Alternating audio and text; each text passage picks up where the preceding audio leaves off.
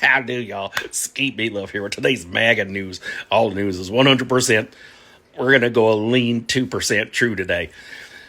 Now, Skeet's watching this video here. They're auctioning off a picture of our Lord and Savior Jesus Christ with an autograph of a golden calf on it from Donald Trump. Now, you do realize Trump and his friend want to flatten out Jesus' hometown and build parking lots like that song. Yeah, they don't care about Jesus, and if they painted him the correct color, y'all would probably be deporting Jesus right now because you don't seem to lack that deeper shade of soul, if you know what I mean. That's right, MAGA likes their Jesus white as can be, red, white, and blue fireworks shooting out the end of his penis, American, from, I don't know, the most American-y place ever, wherever that might be.